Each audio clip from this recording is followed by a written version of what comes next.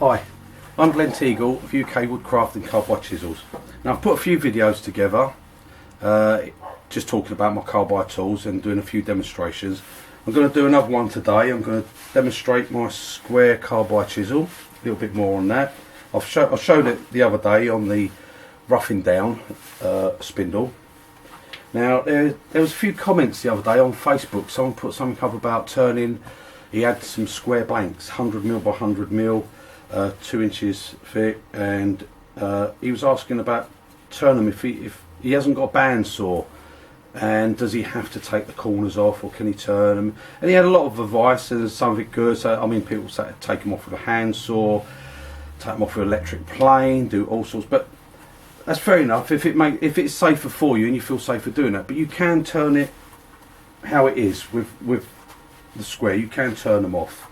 Now today I'm going to be using a carbide chisel because that's what I'm demonstrating, carbide chisels. But you use a bowl gouge of it. Now when you're turning it this way, you'll have, this would be what they call spindle turning.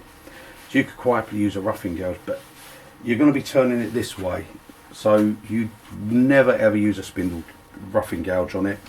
You can use a carbide tool. A lot of people say use a bowl gouge, and that's correct, yes, come around. But again, I'm demonstrating carbide chisels.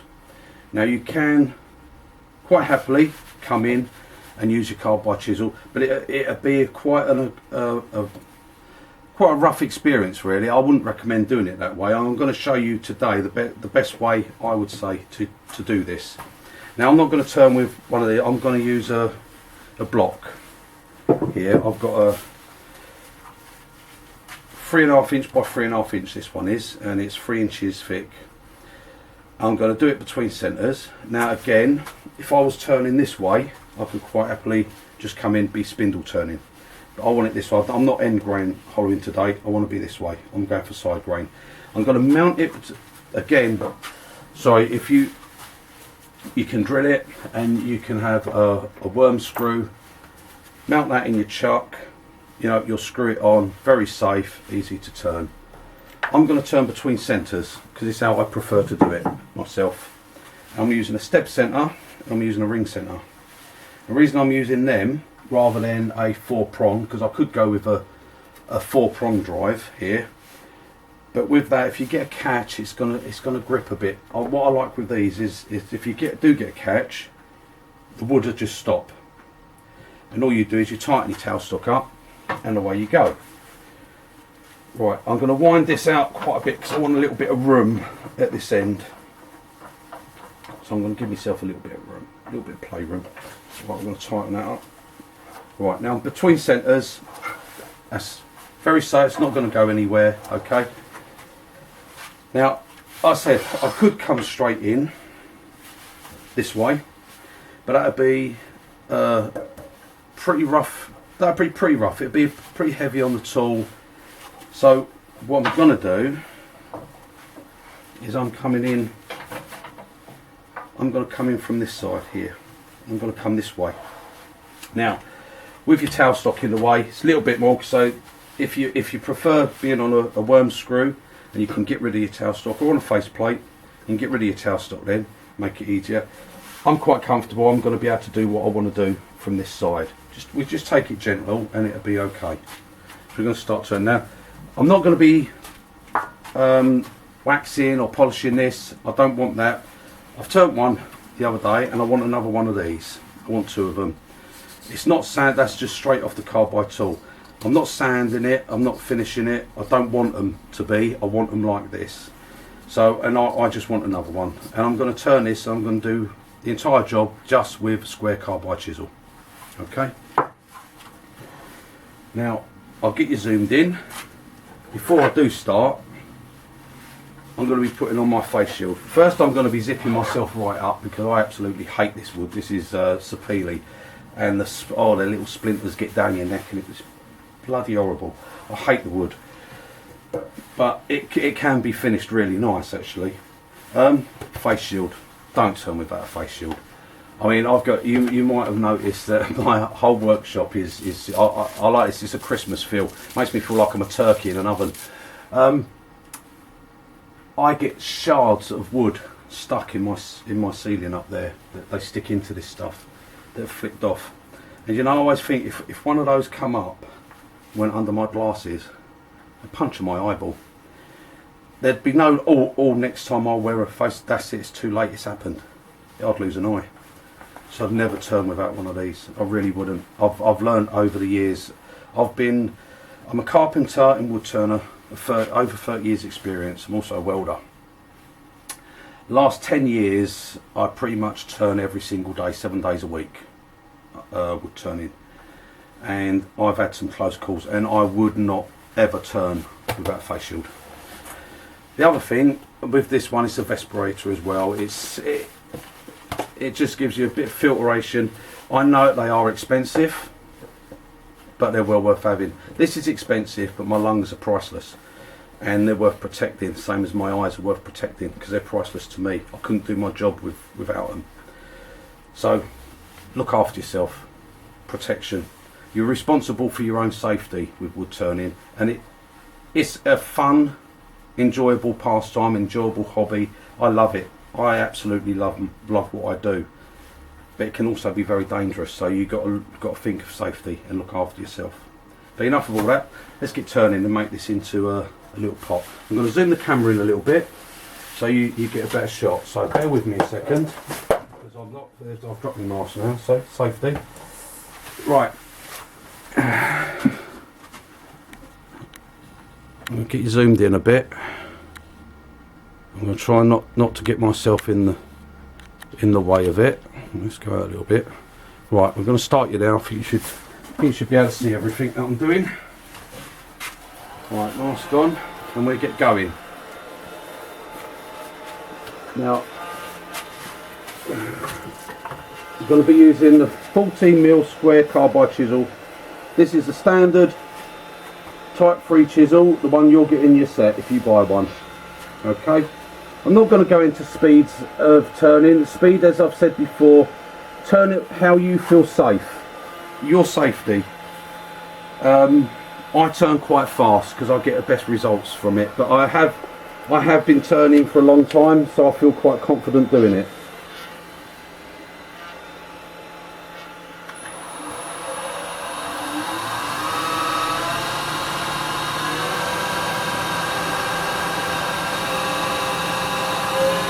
Now I will tell you, I am at 2,500 RPM.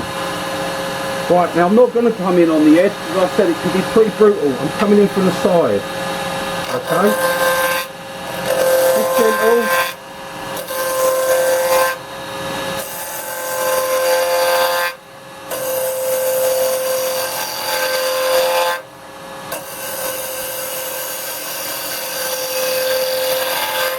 Now don't try taking too much in one go. You've got a 14mm cutter. I'd never use more than half, but a quarter to half of it is fine, okay? Just little nibbles, enjoy it. If you're doing this for fun and a hobby, you're not in a rush, so enjoy what you're doing. Right, so...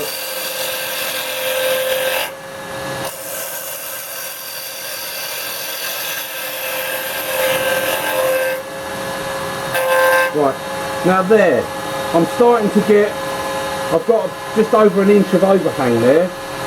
Now although I've got a 20-inch tool, it's getting a little bit, you're in the red where you're going to start to get a catch, so just move your tool rest around a little bit. Now I'm going to stop the lathe, because I should. I wouldn't normally stop the lathe, I would normally just do that while it's running, but like I say, and I have to keep saying it, I have turned a long time, so... Right, let's start again. And I'm going to continue working this way.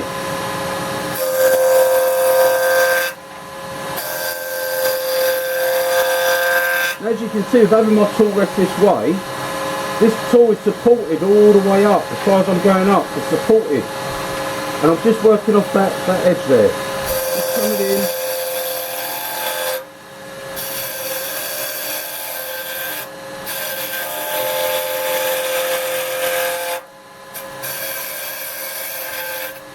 Right, I'm going to move the tool rest around a little bit more. Get to the front.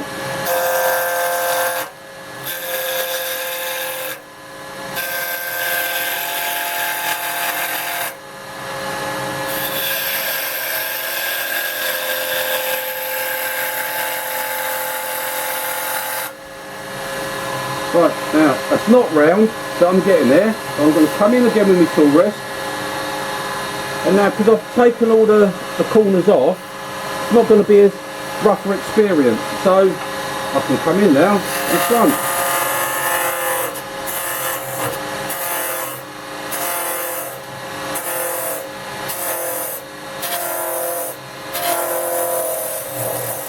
Again, just use a quarter of the tip.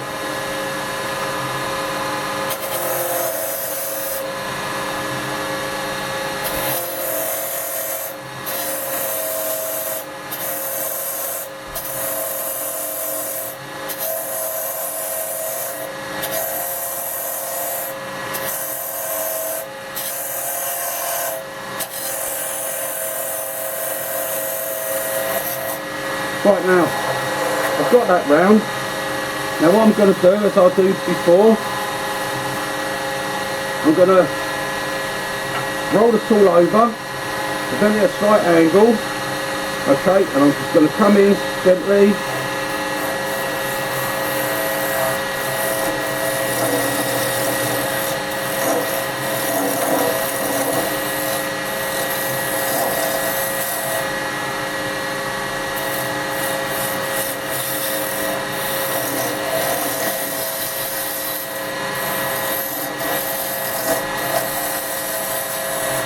Then you should be getting these shavings. You don't want to be getting splinters coming off. You want these soft shavings if you can. I've got a little bit here I can feel. And when you feel your piece, don't ever feel it down the front here, because it'll drag your finger in and it burn you down to right down to the bone. I've done it several times and I always wish I hadn't done it. It hurts a lot. Feel on the back here. You know, I can feel that's nice and smooth there. So I've got a little bit up here. Now the first thing I'm going to do, I'm going to put my tenon on.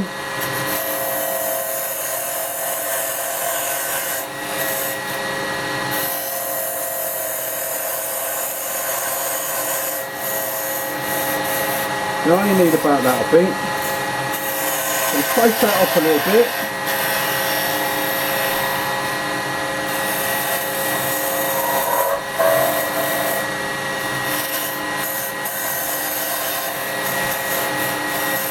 Right, now what I do is I just twist mine a little bit, come in there.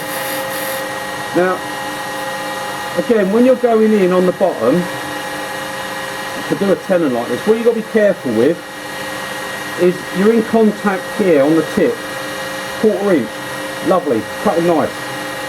But you've also got the danger that this whole side is going to come into contact with this piece. And when that happens, it will give a quick grab. Nothing major, you're not going to get hurt, but it'll grab and it'll give you a little bit of a shock. Now the way you can stop that happening is if you just roll the tool. If I roll the tool and I come up there, I can touch that quite easily. And I can just come in. I'm going to get the same square cut, but I'm taking away the chance of me getting that happening. Okay? Now that's my tenon. The jaws I've got on, that's going to be fine as just a square finish. A lot of people dovetail, use a skew to get your dovetail. Lots of ways. You can use your detail chisel that comes in your set. And I'm not going to have to face that right off on the bottom because my jaws are deep enough that that's not going to touch. That's going to be alright. I'm just now going to just finish that. I've got a little rough bit just there, I can feel it.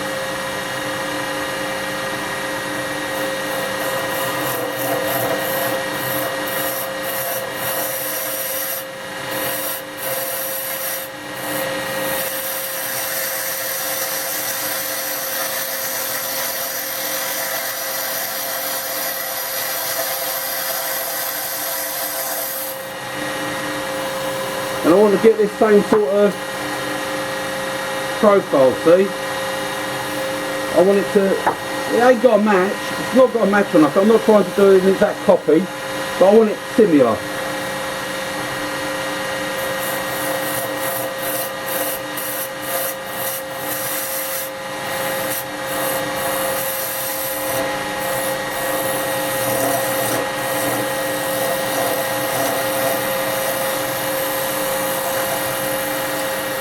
There you go. Now when you're coming down with that, as I say, just feel your way with it. Roll it over, be gentle. Don't be gripping like this. Just be gentle with it. When you come in, because you've got it rolled over, you're not going to get a catch. You've got the danger point here is this point. Not letting that point touch. That's why I hold the tool down. I come in, I've got it turned, and I'm going to actually make contact with the middle of that cutter. I'm going to come in there.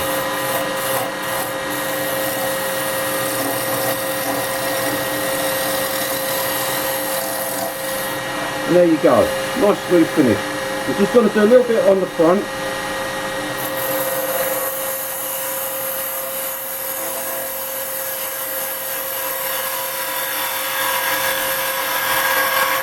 So I just want to clean that so I can see what it's like. Right, that's ready for me to turn around now and put into my chuck. So let's do it. Well, I think you can see that's a pretty good finish straight off the tool. And that's a carbide tool. Right.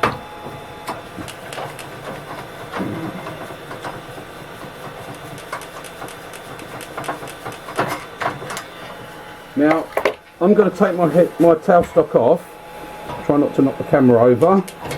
Okay. I'm going to take that off because I've caught my elbow on that before and it hurts.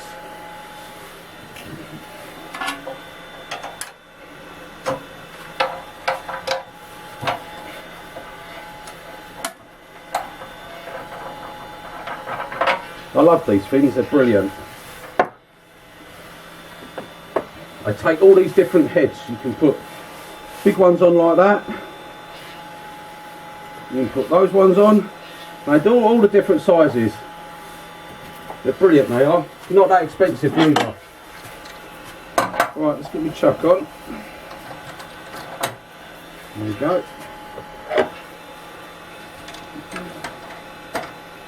Now we're going to get this in the chuck.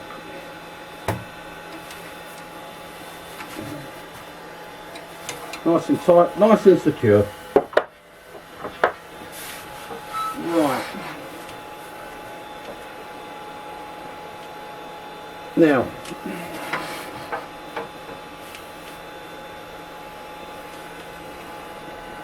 what I'm going to do here, easiest way. Now, on the last one I basically mainly hollowed that with the chisel just coming in. I'm going to show a little bit of that. How you can just start your hollowing with this. I'm going to come in on the side.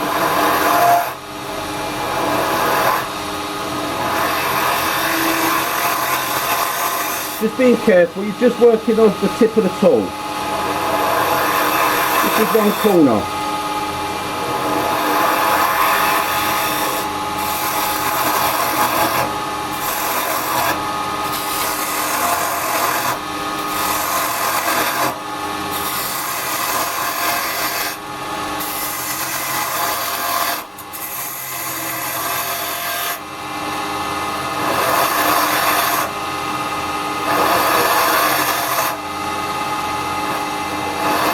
Right, now, as you see, it's quite easy to do, but for a lot of people, especially if you're new to turning, the easiest way is to drill a hole, okay? Now, if you've got a chuck like this, put that into your tailstock, and you can have a drill piece in there, and you can push in. It's quite safe. Just come out and clear it.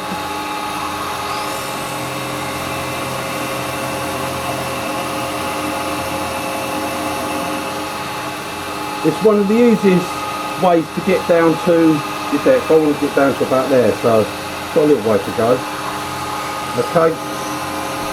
Now again, this is something I feel quite confident doing. I do it quite a lot. But use your tailstock, or if not, you can just stop your lathe, put it in a cordless drill, drill the cordless drill if you haven't got the chuck to put onto your tailstock. Not a problem. But once we've done that, this then enables us to come in get rid of some of this here. So what we can do is we can start to come in, you know, you've got to be gentle, because on your first few cuts you're using pretty much half of your cutter. Now you can always use a bigger drill bit if you want. Go in, take out with a bigger drill bit, give yourself a bit more room. Okay, I'm just showing what you can do. Now we're coming in, see, and your danger here,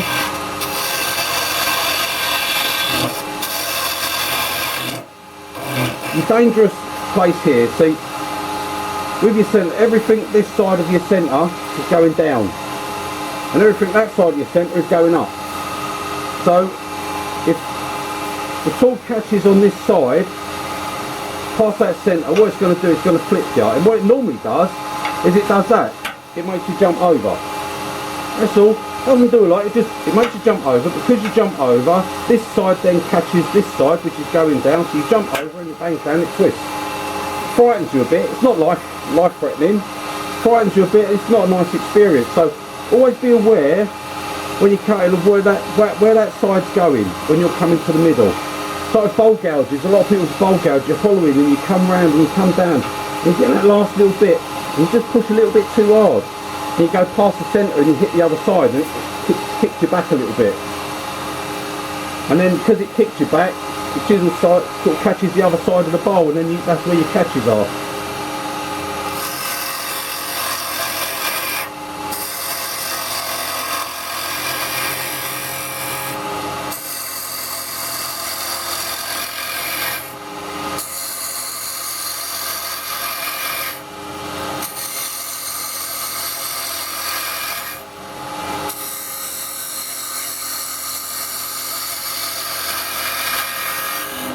Now what I'm going to do, I'm going to get to roughly the thickness that I want to be up at this end, which as you can see by now I've got just a little bit to go, I'm nearly there. I want this thickness here. If I take all that middle out and then I'll come down it, I'm going to get a lot of screeching on the wood. It'll do it, but it's going to give a lot of screeching because this is quite thin, you know.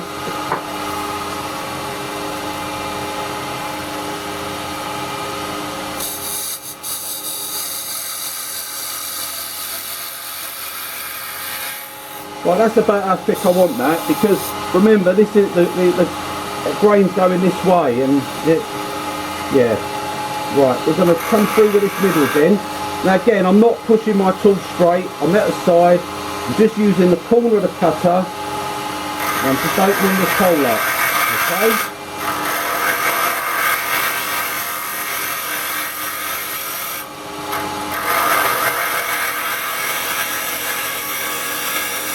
Quite a nice experience, it's nice to do, but again, when you're doing that, keep an eye on this side of your cutter as well, because you don't want to come back and have the whole of this cutter come in contact with this side of your wood, because that's going to give you a catch again.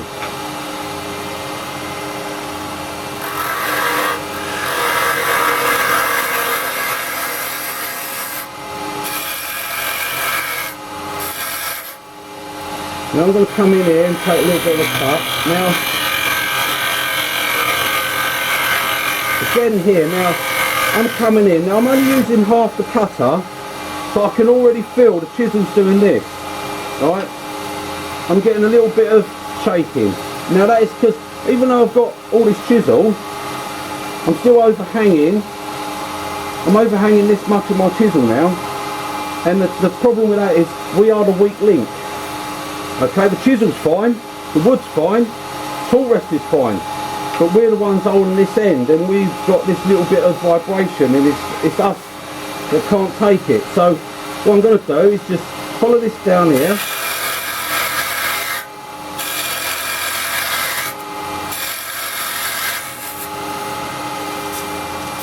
Very gently come in.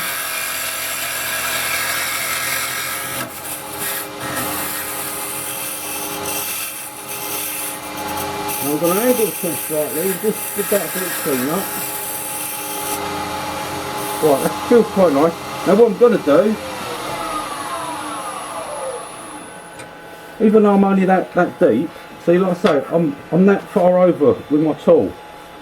So you start to get this, you start losing a little bit of control. It don't feel as good as what it felt a minute ago. So, turn the tool rest. It's only a little pot, but even a little pot, you still need to get that in there. Now, look at that. I'm hardly overhanging the tool rest. So now I've got all support again.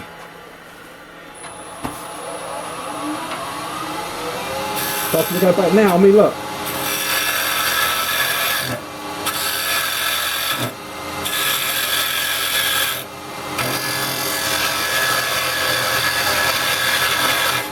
Follow straight down in the middle. Okay. Keep that tool rest. Always overhang the littlest amount you can. It gives that tool full support.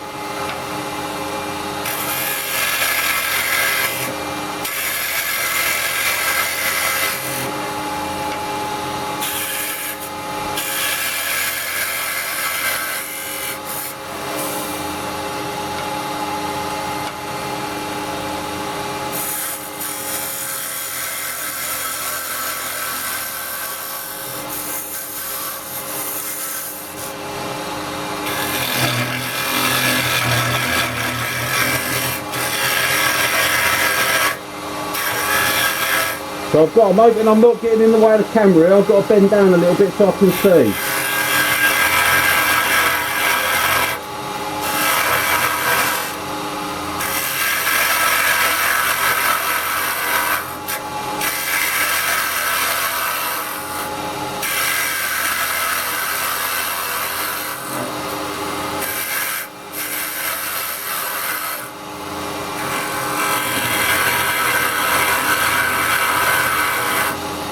Nearly there. Right, I think I've got the bottom there now. Now I've got a bit of, all this crud is built up inside, so I'm going to stop for a second. It's all built up inside, look at that, look. So I'm going to just get rid of that.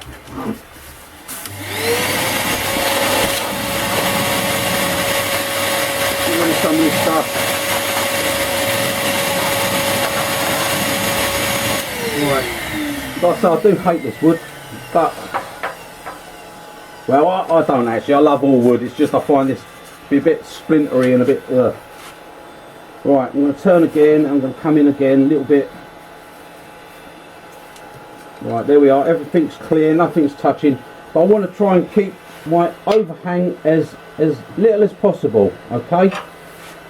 Now all I've got to do is come down this side to get this level on that bottom. I'm down to the bottom now.